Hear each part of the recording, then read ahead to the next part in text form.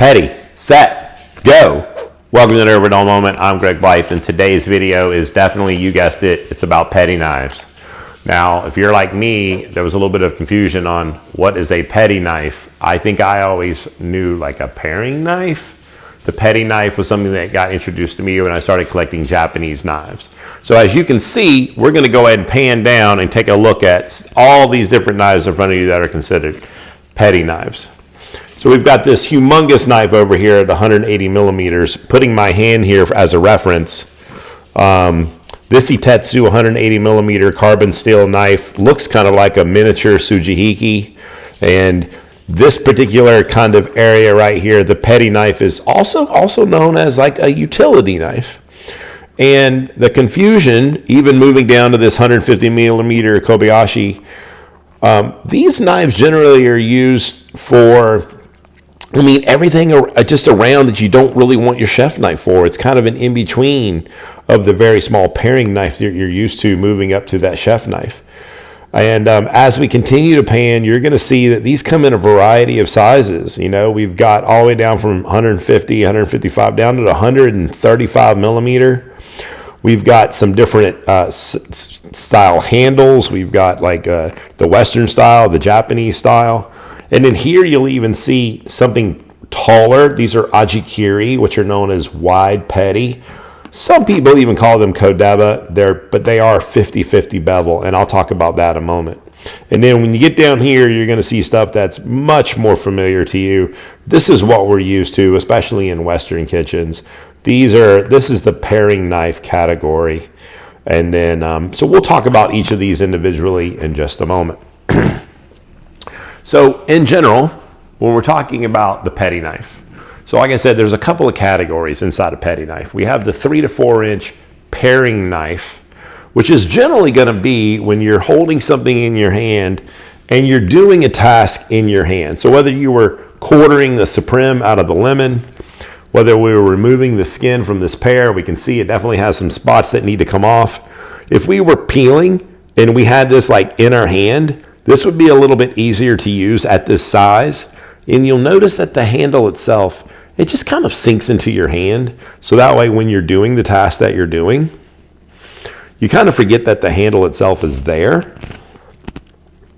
And you're able to do your work. So paring knives in general is something that we consider using when the task that we're doing is in our hand. And as you can see, it just becomes a part of you. If you move up to the next size, which is a little bit larger, it just really comes down to like comfort. If I got a larger hand, then this particular knife is just easier. It's a little bit easier to use. It doesn't function differently per se at this size. We just jumped from an 80 millimeter up to like a 100 millimeter knife. I think that makes more sense in your hand. And so my wife has a different size hand than I do, but there are definitely some people who are smaller in stature who might have a different size hand. So as you can imagine, these knives might be a little bit more comfortable. And I can tell you that if you're hulling like a strawberry, if this was a strawberry and I was actually taking the top out of the strawberry, it's easier to kind of maneuver this particular size knife. Okay, I'm not going to worry about this one because it's VG10, and we'll talk about steels in just a moment. But while we're here, you might have saw this awkward paring knife. This is that bird's beak. I know that we've all seen it in the kitchen and wondered what that was for. Well, if you went to culinary school, this knife is awesome for detail work. I did not go to culinary school. So someone like myself, it might be a little bit easier for peeling. I personally don't use this knife. We own it. It was gifted to us. I think I've always heard that for some people, because it's got that hook, it's a little easier for them to kind of get in there, especially on the skin. So it's one of those things that it's in our kitchen because it was gifted to us. I don't know if my wife has ever used it or just said all the other knives are dirty. Strawberries? Okay, so my wife is using it for hulling the strawberries. But if you were a trained chef This particular knife would be something that you could do some great artistic detail work on vegetables, presentation. The stuff I'm not. So the stuff that either one of us are doing. Okay. As you get out of the paring knife 3 to 4 inch size and you move up to 105 and 120 millimeter, these knives that we have in front of you, we have a carbon steel knife, a blue number 2, which is highly reactive by Tatafusa. And then we have this Jinsun. This is a kind of a stainless steel carbon knife. These, you'll notice, are the only ones that are present that have some clearance. I was saying at the beginning of, petty knives in general don't have clearance. So this ajikiri, which is the Japanese word that we're using for like a wide petty, it's got a little room that if you're doing those details, if you're doing the details, you can kind of like actually get your knuckles not on the cutting board. A lot of times, if you're doing like shallots or these peppers, this particular knife just seems great. The ajikiri has just a little bit more meat behind it. But you'll notice that it stays thin. That's another component. Like this ajikiri is a little thicker, but you'll notice mostly with paring knives. Very thin at the spine. Look at this 135 millimeter knife, just how thin that is. Okay, so this knife being such a great slicing knife, you really could use this because it's non-flexible. You could almost use it as like a boning knife. This knife seems versatile. I mean, we talked about the smallest details, to cutting these little peppers. If I was to, like, say, get into this onion, I don't know that something as small as the paring knife itself, even though I can do it, my knuckles are going to hit the board at the bottom. So this might in general be like best for the chef knife. It's not that you couldn't do it, but if this was a shallot, something that was really close to the board, you might do some slicing. It would just be very hard on your knuckles, to chop all the way down. Okay? So something as dense and as big as this, it might be a little bit much for your paring knife. But then you jump over here and you say, okay, well, we have all of these much larger versions. And I'll point out, if we go right to the biggest one, there's no clearance. So even if I were to do this, like, yes, I can do this. I can take this side off. Could I actually peel this? Yes. If you're one of those people that does that thing with the knife where you go like that, I'm not one of those people. My wife, I guess, is so saying that she is. I see those people like peeling stuff back. Maybe that's how they do it. I'm one of those just put it down and peel it kind of people. Depends on if I'm fighting with it. But you can definitely see that this, something as big as this, I mean,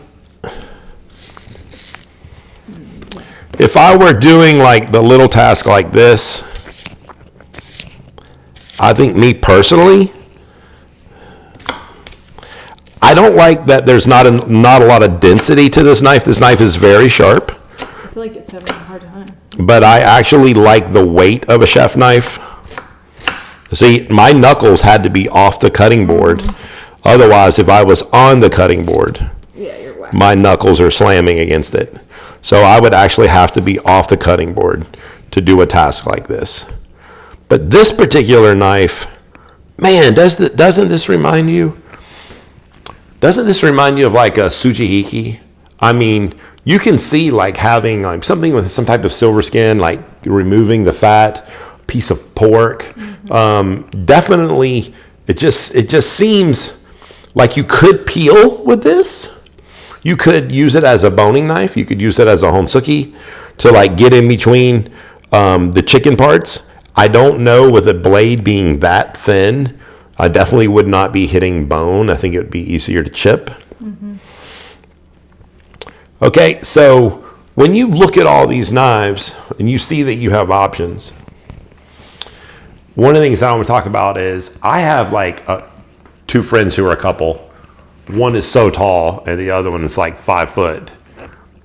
I know that when people buy paring knives, a lot of times they buy these knife blocks, and we had a video, I'll put it up here, to knife block or not knife block. They come with that one paring knife, that one size fits all. And I don't know that one size fits all. I think that you need to go out there and you need to try a paring knife and get it in your hand. You might like the Western handle, okay? You might like it for its size, 135 millimeter. For a lot of people, this is kind of long. I mean, it's the in-between. But I think a lot of people are used to with dealing with strawberries, like this size being the size that they're going to kind of do their task. And then from the 3 to 4 inch, I think you would just go right on up to the chef knife. Okay, so whether you're using the 3 to 4 inch, which in millimeters for all of you, that's anywhere from 80 to about 100 millimeter. If you're jumping up to 135 millimeter, all the way up to 180 millimeter, you're really into the utility knife category. And that means everything from opening packages. I mean, any of these knives, you can just open something. You need something quick to like chop little things. And you just don't want the trouble of getting out your monster chef knife.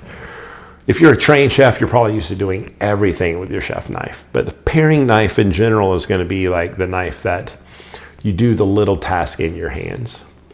So the confusion for me was, what's the difference between a paring knife and a petty knife? And I had a utility knife. I'm like, where does that fall? And it turns out it really does all fall under the category of petty knife. And in the end, the one that's right for you is the one that just feels right to you. I'll point out a new addition that we've had in the kitchen. We haven't had the unboxing. I'm not touching anything with it so I can test the blade. This Kobayashi 150 millimeter R2 utility petty. The only thing that I've ever noticed is that the handle on this, it's a little big. And if you have a bigger hand, you know, I think it's comfortable. But if you're more petite in stature, I think that the handle on this is a little much. And therefore, my advice to you is, you know, find a great knife purveyor. I'll definitely list a bunch of them. We've got knives from every one of them. My friend Tara at Perfect Edge Cutlery. We've got several other, we've got Dustin with Real Sharp Knife, we've got Fuku knives, we've got Tokushu knives, we've got lots of different vendors that have different things. You really need to take the time. A lot of these people are available for discussion, to talk to them about like your stature and what your task is. So make sure that you purchase something for your family that's maybe even individual for you. Maybe if you're a woman, get something different for your husband if he's larger in stature. You might have more than one. But I really want to take an opportunity with this Petty Set Go episode to just talk about the differences and let you know that they're not all created equal and that there are tasks that you might need more than one petty knife, and that's why we have the collection. So I appreciate you checking in this week. I know this isn't like the super long episode that we normally do, but I definitely wanted to touch on the subject. As always, we're so glad that you're here to support us. Hopefully today was not a dull moment. We had a little fun making all the knives messy. Now it's a big mess to clean up. We appreciate you, and very much we want to let you know that we've already got some battles prepared for Whetstone Wars coming up. And we're going to introduce an American knife maker to you in an upcoming episode. So thank you again for watching. God bless.